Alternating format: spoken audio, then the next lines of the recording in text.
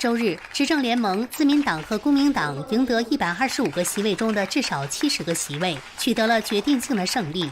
最终结果预计周一才能出炉。日本参议院每3年248个总席位的半数，也就是124个席位需要改选，但这次还有一个空缺席位需要填补，因此各党派争夺的席位是125个。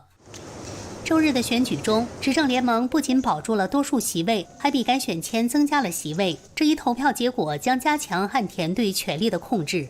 在俄罗斯入侵乌克兰的局势下，日本民众对发生台海战争的安全担忧加剧，并呼吁加强防卫。为对抗中共和朝鲜日益增长的威胁，日本执政党一直希望增强日本的防御能力。执政联盟在这次选举中的强劲表现，使岸田文雄有机会实现增加军费开支的目标。新唐人电视台记者李清怡、雨薇综合报道。台湾の実質ナンバー2が安倍元総理の自宅を弔問に訪れました。次の総統候補とも言われる賴清徳副総統は安倍元総理の弔問のため日本を訪れました。日媒捕捉到副总统赖清德低调现身日本，在大使谢长廷的陪同下到安倍家慰问。赖清德是台日断交后50年来最高层级赴日本的政府官员。賴清徳氏は過去に何度も日本を訪れ、政治家との会談を重ねるなど親日派として知られています。不过，总统府以及外交部都低调表示，对于赖副总统相关行程没有评论以及说明。我国我们经透过适当的管道向日方来表示深切的悼念。至于赖副总统他的个人的私人行程，外交部我们目前没有其他的讯息，我们也没有进一步的评论。台湾媒体报道，由于台日默契，赖清德此行是定位私人行程。产经新闻台北支局长石柏弥夫分析，日台没有正式外交关系，台湾的总统、副总统按惯例是不能访问日本。赖副总统今天取消原定行程，现身东京，说明日本政府突然决定发给赖副总统访日签证，这是1972年日台断交50年以来最重大的外交突破，势必引来中共的激烈抗议。这也代表岸田首相继承了安倍首相的挺台政策，而且更往前迈了一大步。石柏弥夫更表示，安倍前首相遇刺之后，台湾全社会像怀念自己家人一样的沉重悼念，加深了日本国民对台湾的亲近感。强大民意下，日本政府顺水推舟，接受来自台湾的好朋友赖副总统的亲自悼唁。新唐人亚太电视综合报道。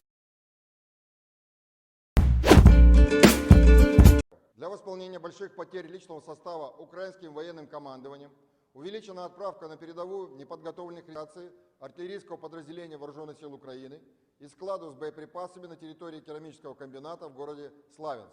Уничтожено до 100 человек личного состава, более 1000 артиллерийских снарядов для гаубиц М777 производства США и около 700 реактивных снарядов для РСЗО «Град». Кроме того, ВКС России за сутки уничтожены 3 пункта управления в районах Солидар, Миньковка и Бахмут Донецкой Народной Республики, 2 самолета Су-25 воздушных сил Украины, взвод реактивных систем залпового огня «Ураган» в районе Константиновки, взвод реактивных систем залпового огня «Град» в районе Дзержинска и 2 артиллерийских взвода 152 мм гаубиц «Гиацинт». On July 10th, thousands of depositors who lost their money held a rally in front of the People's Bank of China in Zhengzhou, Hunan. A protest against the government's collusion with the criminal gang to beat depositors. In this demonstration, protesters hold various banners, accusing the government in alliance with criminal gangs to beat depositors, condemning the corruption of the Hunan government, calling on people to anti-oppression, and striving for human rights and the rule of law. Some banners show the slogan, freedom, equality, fairness. The depositors also accuse the Communist Party's secretary of Hunan province, Lo Yangsheng, of taking advantage of his relations with government officials to run disciplinary centers, no-visit villages, and red codes. Besides, he has implemented a 3-0 policy, including 0 petitions, 0 accidents, 0 cases, to keep things under wraps. The protesters pull out a banner showing 400,000 depositors have shattered the Chinese dream, referring to Xi Jinping's Chinese dream. They shout the name of Chinese Premier Li Keqiang, return my money. Li Keqiang, check Hunan. Thousands of police in uniforms and plain clothes rush into the demonstration site and clash with demonstrators. causing chaos like a battlefield.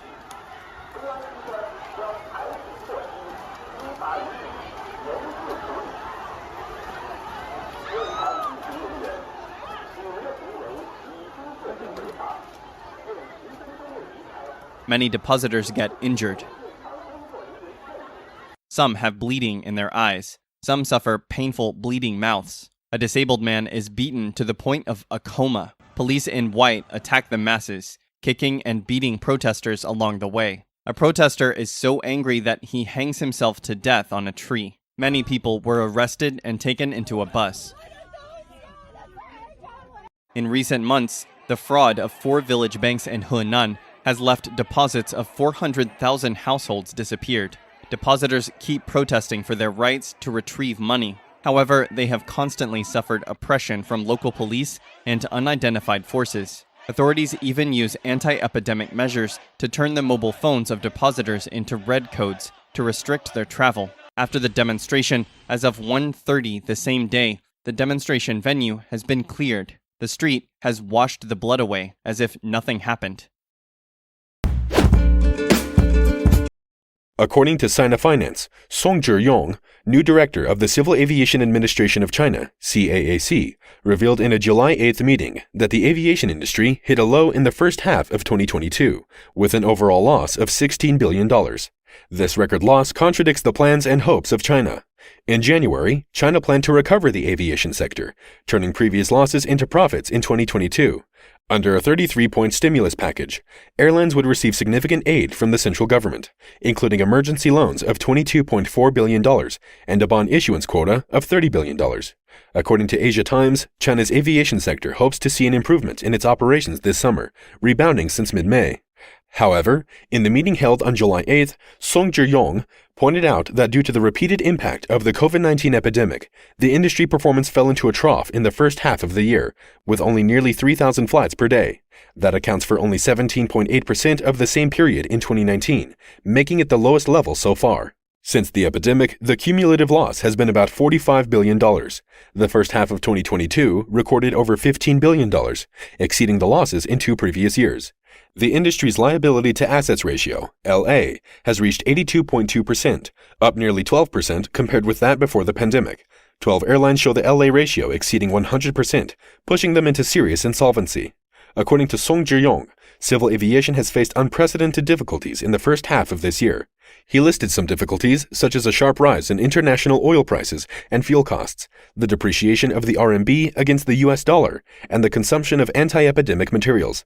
Besides, confidence in China's aviation has also been shaken since the plane crash of Chinese Eastern Airlines in March, China's deadliest air disaster in 3 decades, killing all 132 people on board.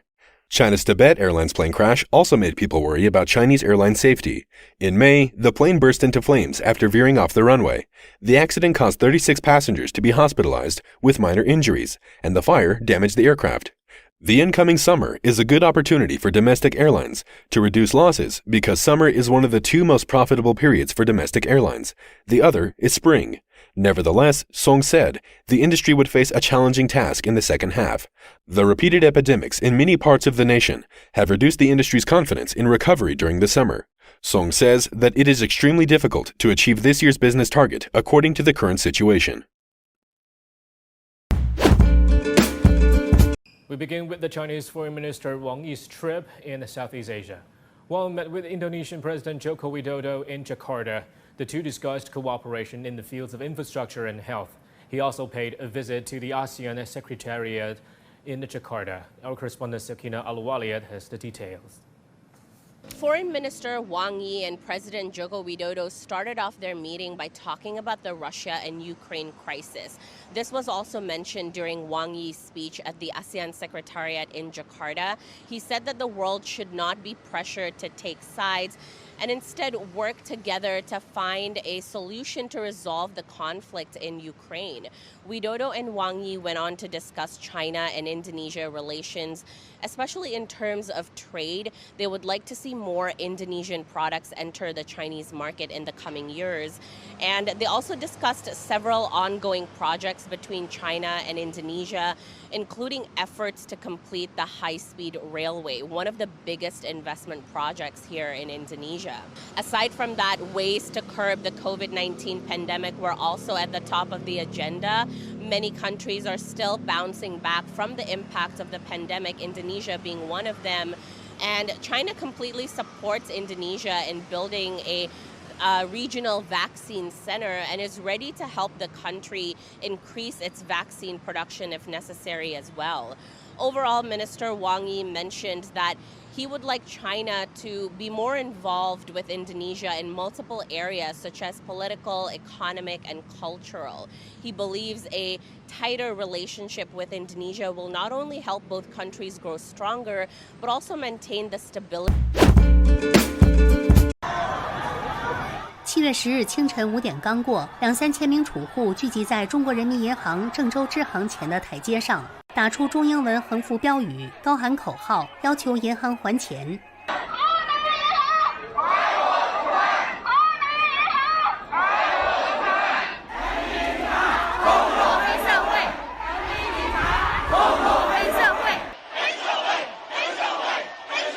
这就是荷兰政府，他们动用公权力，动用暴力机关，那些警察把我们合理维权的储户，我们要自己合法存款的储户包围起来了。这还是中国的天吗？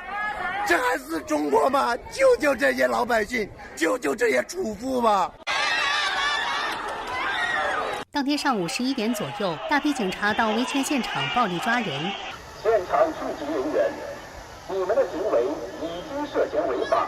维权储户遭到警察暴力殴打，有民众受伤。之后，当局出动40辆大巴车，将维权储户强行抓走。我的眼睛被这个河南的黑社会打成这样了，然后外围都是警察，被警察拖到了这个大巴车上。今年4月下旬开始，河南多家村镇银行的储户无法正常取款，受害储户多达40万人，涉及资金近400亿元人民币。